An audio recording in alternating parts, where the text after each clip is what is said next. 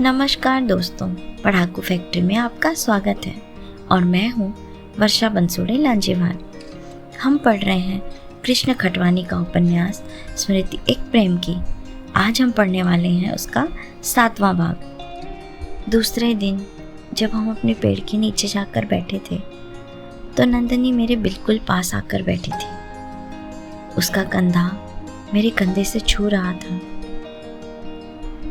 बताओ, तुम्हें कैसा लगा मेरा उपन्यास? मैं मुस्कुराया था। बहुत देर तक तो मैं तुम्हारे नायक से ईर्ष्या में जल रहा था। नंदिनी ने आश्चर्य से मेरी ओर देखा था और वह कितनी देर तक देखती रही थी। नहीं, मुझे विश्वास नहीं होता। तुम किसी से ईर्ष्या नहीं कर सकते। क्यों? क्या मैं इंसान नहीं हूं? पता नहीं। ये शब्द उसने ऐसे अजीब ढंग से कहे थे कि मैं कितनी देर तक आश्चर्य से उसकी ओर देखता रहा था। आधी रात को जब मैंने उपन्यास पढ़कर पूरा किया तो मैं अपने हॉस्टल के कमरे में से बाहर आ गया।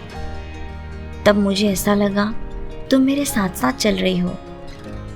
जानती हो, उस आधी रात के अंधेरे में मैंने तुमसे कई बातें की। नंदनी हल्का अट्टहास कर उठी। फिर उसने पूछा, बताओ मेरा नायक तुम्हें कैसा लगा? मुझसे बिल्कुल उलट। मैं कभी ऐसा बन नहीं सकता। लेकिन क्या ऐसे इंसान इस दुनिया में होते हैं या केवल किन्हीं के मन में ही पैदा होते हैं? नंदनी मुस्काई थी, बोली थी, पता नहीं। नंदनी रसोई घर से लौट आई। बोली, मुझे काफी देर हो गई। देखो मैं कैसी लापरवाह हूं। मैं तुम्हें पढ़ने के लिए अखबार वगैरह भी नहीं दे गई। मैंने जरा मुस्कुराकर नंदनी की ओर देखा। वह चौंक उठी। शायद उसने मेरी निगाहों में कुछ अजीब अजीब देखा।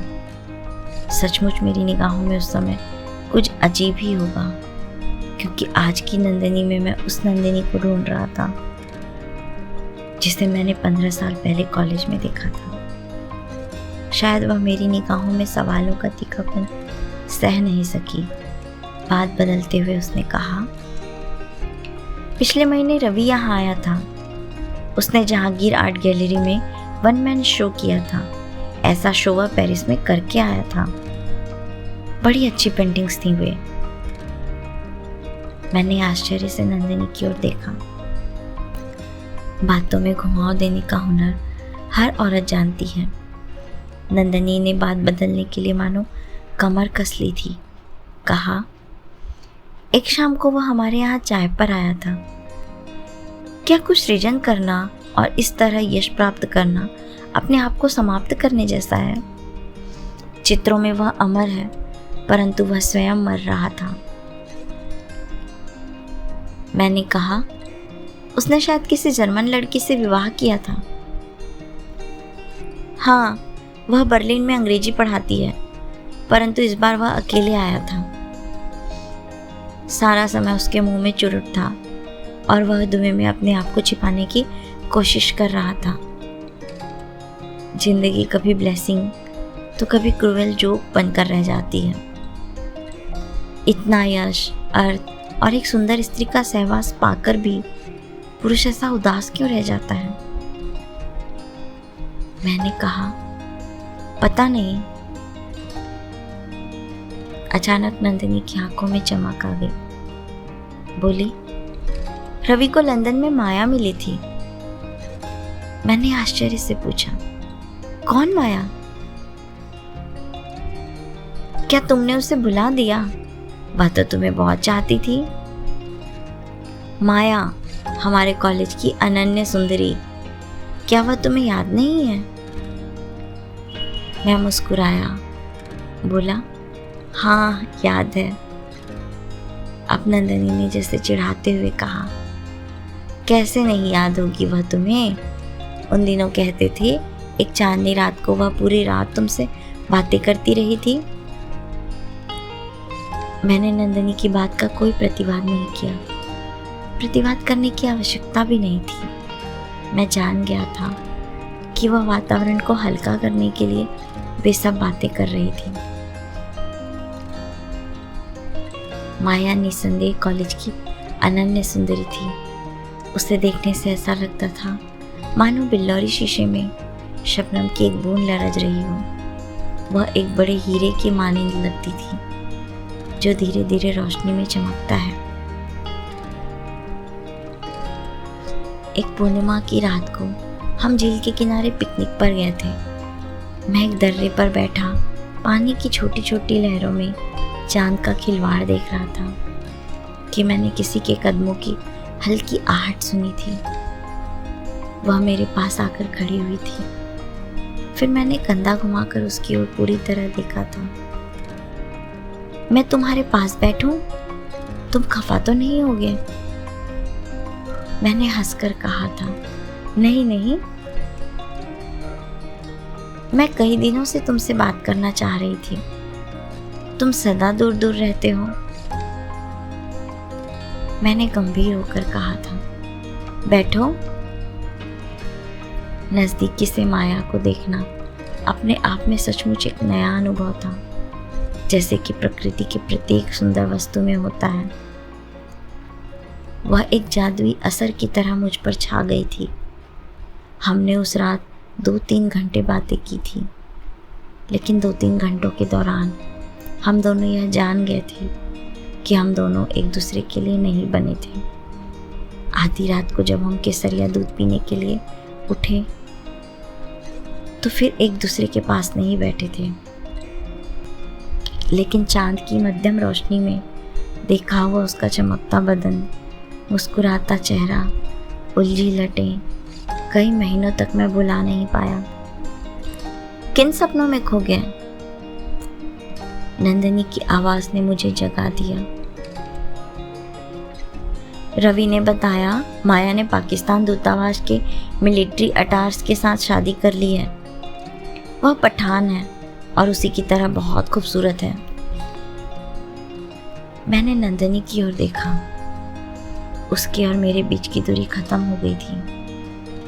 अतीत हम दोनों को फिर से एक दूसरे के नज़दीक ले आया था। ऐसा लग रहा था कि हम कॉलेज के बाग के उस पेड़ के नीचे बैठे हुए थे जहाँ हम प्रायः बैठते थे, जहाँ हमने जीवन का समय निरुद्देश्य और निष्क्रिय व्यतीत किया था। दुनिया में दो इंसानों का निस्वार्थ ढंग से एक दूसरे के निकट आना बड़ा ही अनोखा होता है। उस संबंध का सौंदर्य इसी बात में निहित है कि दोनों के मन में प्रेम भी होती है और उसकी पीड़ा भी।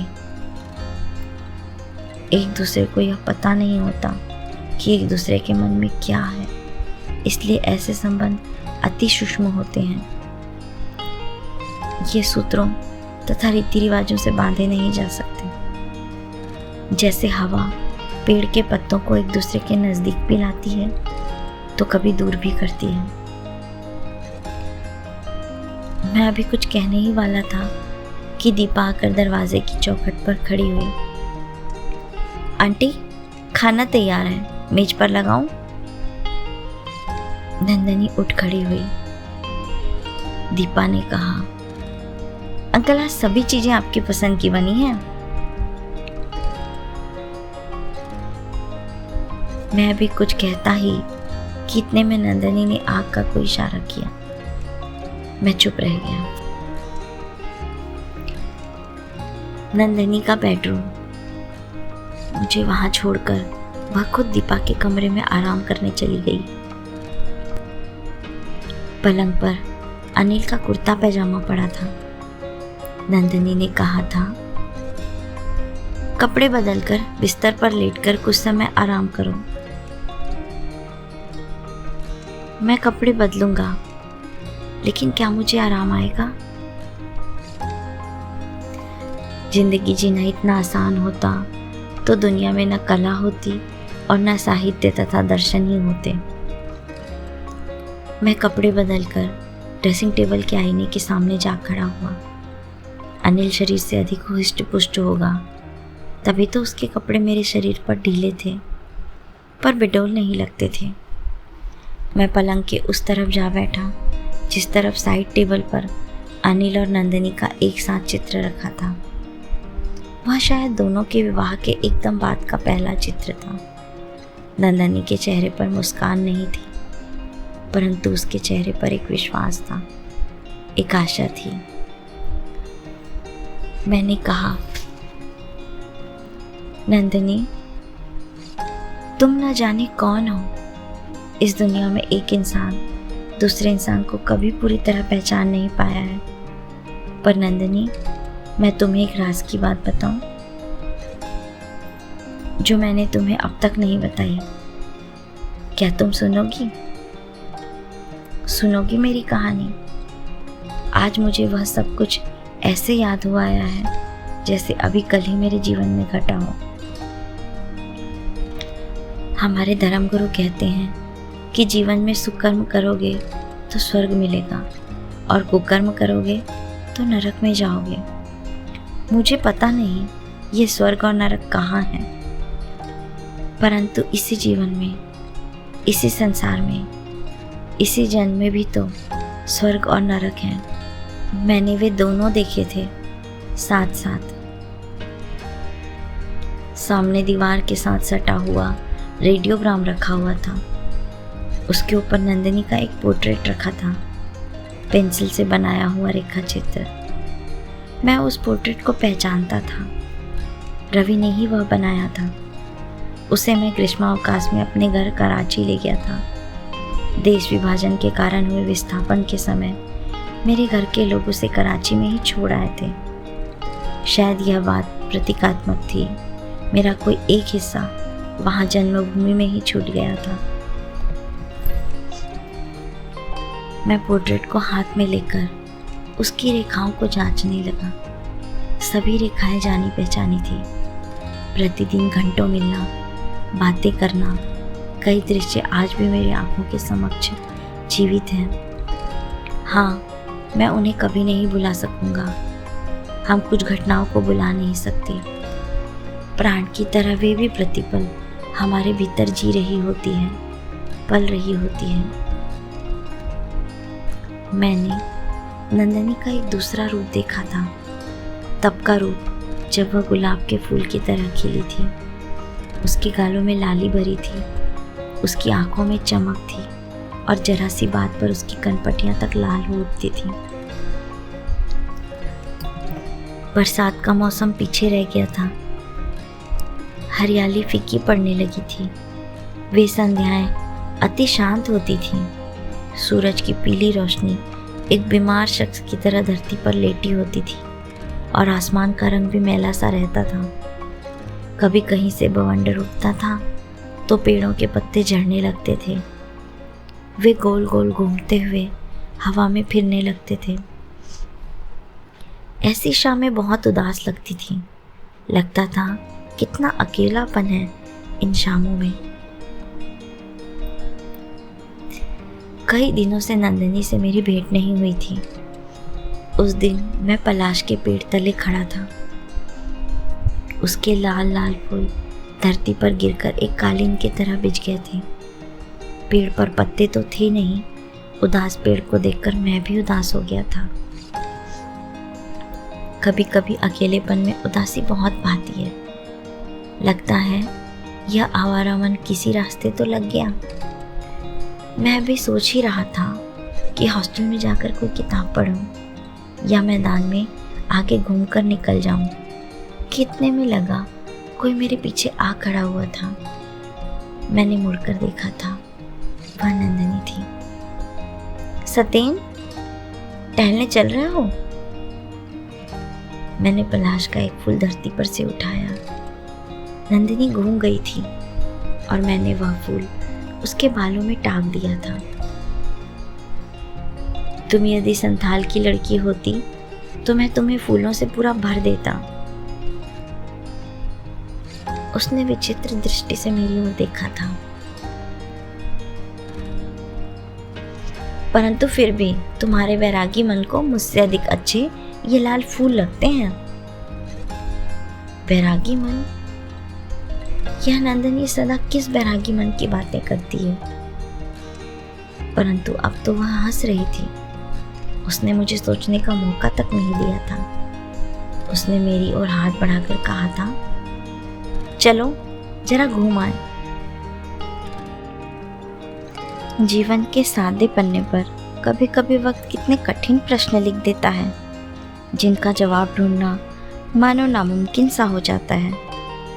सत्येन और नंदिनी का जीवन भी जिसे कई सवालों के जालों में उलझा हुआ है। इनकी कहानी आगे क्या मोड़ लेती है, जानने के लिए बने रहें मेरे साथ। वीडियो को लाइक करें, शेयर करें, सब्सक्राइब करें और हाँ, बेल आइकन ज़रूर दबाएं। धन्यवाद। जय भारत।